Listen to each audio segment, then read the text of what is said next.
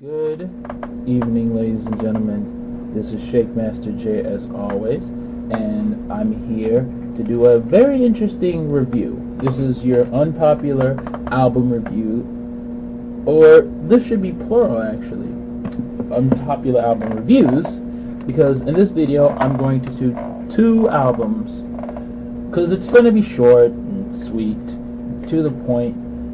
Both albums dropped over the weekend. Both albums dropped on Friday. One album was A$AP Rocky's highly anticipated Testing album, and Pusha T's Daytona, which was also anticipating highly, but finally confirmed by Kanye on Twitter that the album would be dropping pretty soon. So, without further ado, let's drop into A$AP Rocky's Testing album. For the album, it was a 12-pack EP.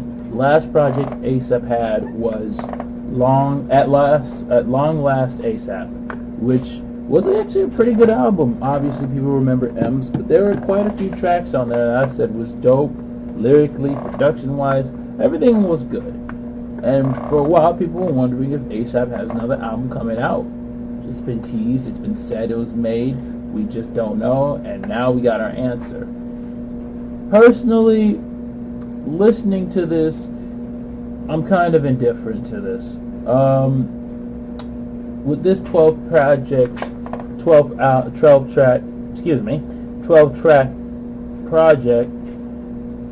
the best thing about here was the production. I didn't really like A$AP on here himself.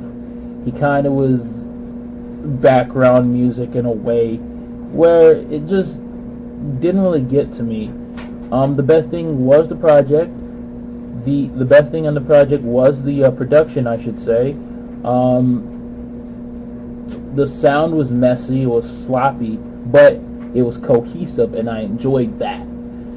The features were mishandled, or if they were mishandled, they definitely were miscredited. Some were featured as samples, some weren't even given the credit. Frank Ocean had the best feature on Purity, of course.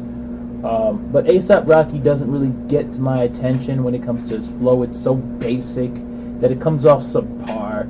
And personally, I just couldn't really get into this project 100%. I enjoyed Praise the Lord with Skepta. Skepta had a nice feature on there. And Buckshots and Guns and Butter.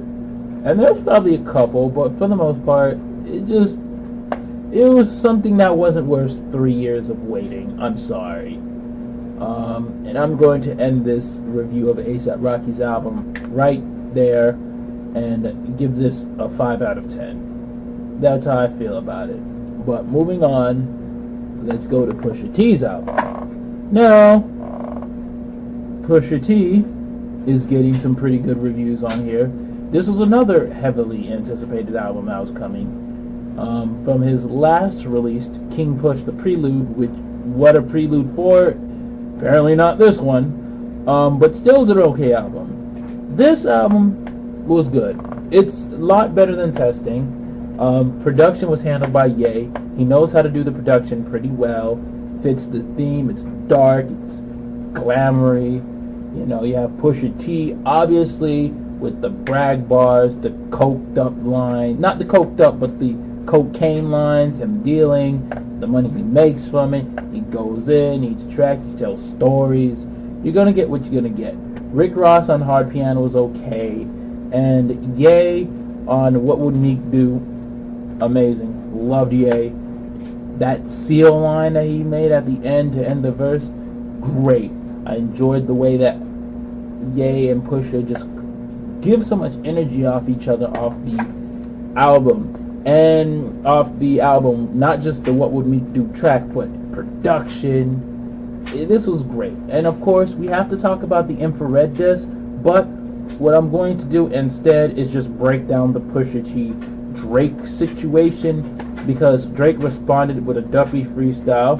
And then, as this video was recording, hours before this video was recording, Pusha T actually dropped his response the story of Adidon, if I said it right, and a lot of things are just coming there. So I don't want to do a video up and up until everything has rolled out, and then that's when I'll get into the beef itself. So I'm gonna leave Infrared out of here, but because I have interesting thoughts on the track. But the track itself was great.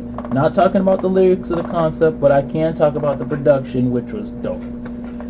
For a while, it's a solid project. My only problem is it's too short. 7 tracks, 21 plus minutes, and you know what I mean? And at times, I find myself disconnecting with Pusha T because his rhymes can be too complicated.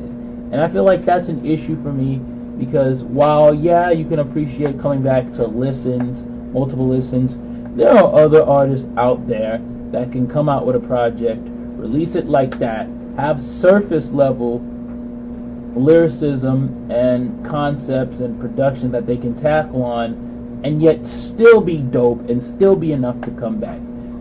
So the replay value on this kind of is meh.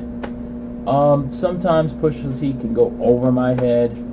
That it just, like I said with ASAP's project, just comes off as background music. But overall, not a bad project at all.